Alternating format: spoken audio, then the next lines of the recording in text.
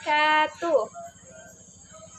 Innal hamdalillah nahmaduhu wa nasta'inuhu wa nastaghfiruhu wa na'udzu billahi min anfusina sayyiati a'malina may yahdihillahu fala mudhillalah wa may yahdihillahu fala hadiyalah. Asyhadu an la ilaha illallah wa asyhadu anna Muhammadan abduhu wa rasuluh. Allahumma sholli wa sallim ala sayyidina Muhammad wa ala alihi wa ashabihi bi ihsani ila yaumiddin. Pertama-tama dan yang utama, marilah kita ucapkan puji dan syukur atas kehadirat Allah Subhanahu wa Ta'ala, yang mana telah memberikan kita nikmat kesehatan dan kesempatan sehingga kita dapat berkumpul kembali di Ramadan tahun ini. Sholawat dan serta salam tak lupa pula kita hadiahkan kepada baginda Nabi Muhammad SAW dengan mengucapkan Allahumma sholli ala sayyidina Muhammad wa ala ali sayyidina Muhammad. Yang saya hormati Ibu Febri Delmiyeti, SEI MA, selaku dosen pengampus Sejarah Islam Asia Tenggara, dan yang saya banggakan teman-teman seperjuangan. Baiklah, pada kesempatan kali ini izinkan saya untuk menyampaikan tausiah saya yang berjudul 3 orang yang doanya dimustajab oleh Allah Subhanahu wa Ta'ala. Teman-teman yang berbahagia dirahmati Allah Subhanahu wa Ta'ala, doa adalah suatu permohonan dan permintaan kita seorang hamba kepada Allah Subhanahu wa Ta'ala untuk memenuhi segala keinginan yang kita inginkan.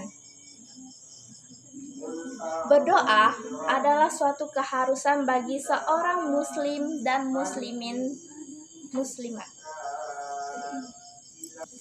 Berdoa adalah suatu keharusan bagi seorang muslim, karena hanya kepada Allah kita bergantung kepadanya dan meminta pertolongan kepadanya.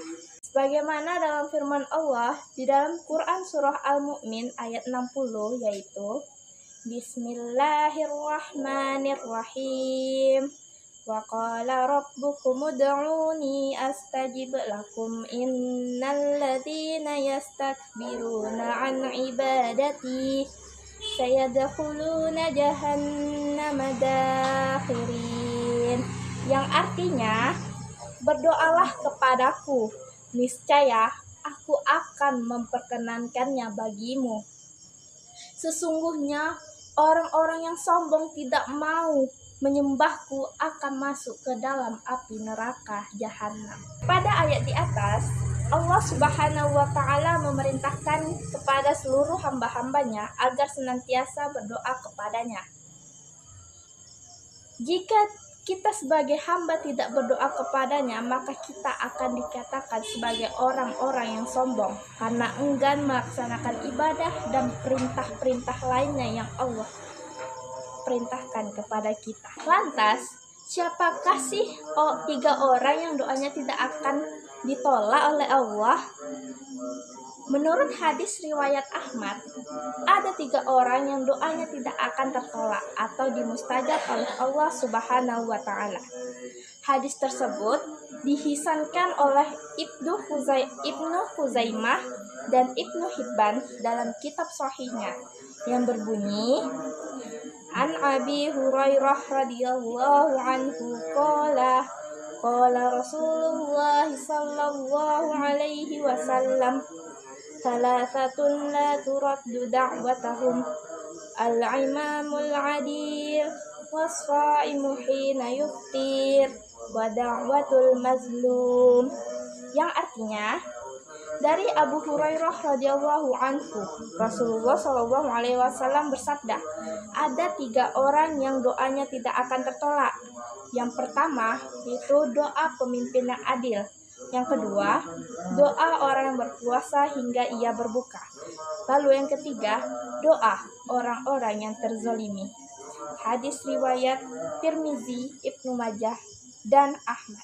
Berdasarkan hadis di atas atau hadis yang sudah saya jelaskan, saya sebutkan, Sayyid Alwi bin Abbas Al-Maliki berpendapat mengenai golongan pertama, yakni pemimpin yang adil.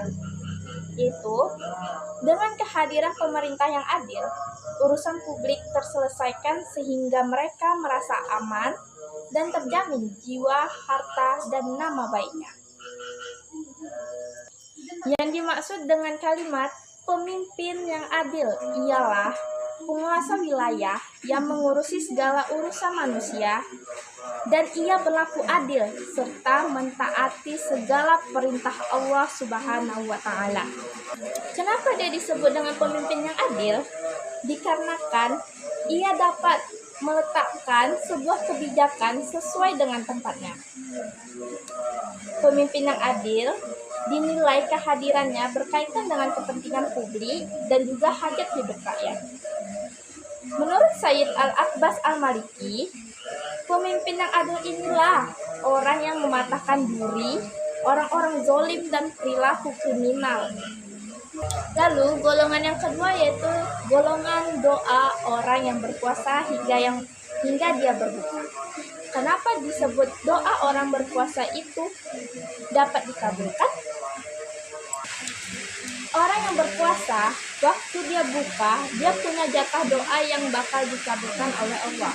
Jadi ketika dia berbuka langsung makan dan dia tidak memakai doa dia tadi, maka akan menjadi sia-sia. Padahal itu menjadi peluang dia karena doa dia bakal dikabulkan oleh Allah Subhanahu wa Ta'ala.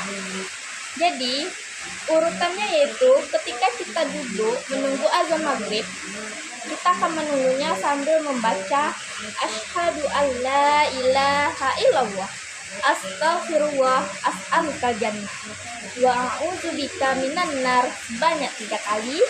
Lalu Allahumma innaka afuwun karim tuhibbul afwa fa'fu anna ya karim sebanyak 3 kali.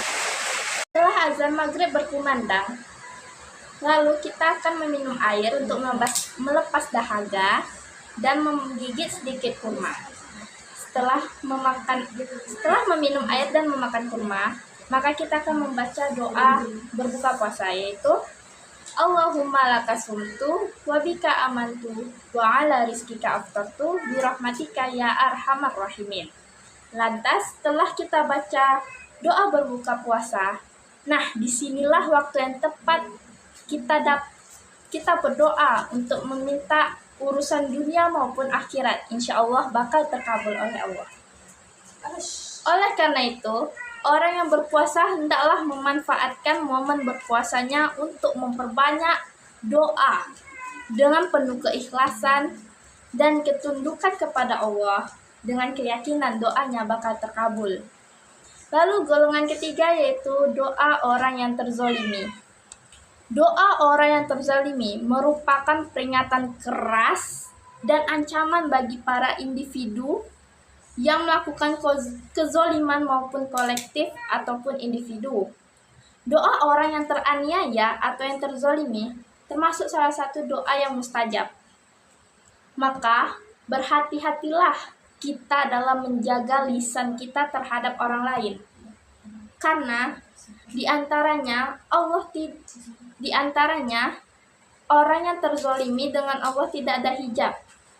Sumpah, cacian, dan kata-kata buruknya adalah doa yang akan didengar oleh Allah Subhanahu wa Ta'ala. Sebagaimana firman Allah dalam Quran Surah An-Nisa ayat 148 yang artinya Allah tidak menyukai perkataan buruk yang diucapkan secara terus terang kecuali oleh orang yang dizolimi, dan Allah Maha Pendengar lagi Maha Mengetahui. Nah, itulah tadi 3 orang yang doanya tidak akan tertolak oleh Allah dan doanya akan dimustajab langsung oleh Allah. Baiklah, demikianlah tausiah saya malam ini. Apabila ada kesalahan saya mohon maaf, karena sebaik-baiknya kebenaran hanya milik Allah, karena manusia masih menjadi tempat yang salah. Manfaat dan hidup sehari-hari. Sekian tausiah saya, semoga bermanfaat dan dapat diamalkan di dalam kehidupan sehari-hari. Bye-bye. Assalamualaikum warahmatullahi wabarakatuh.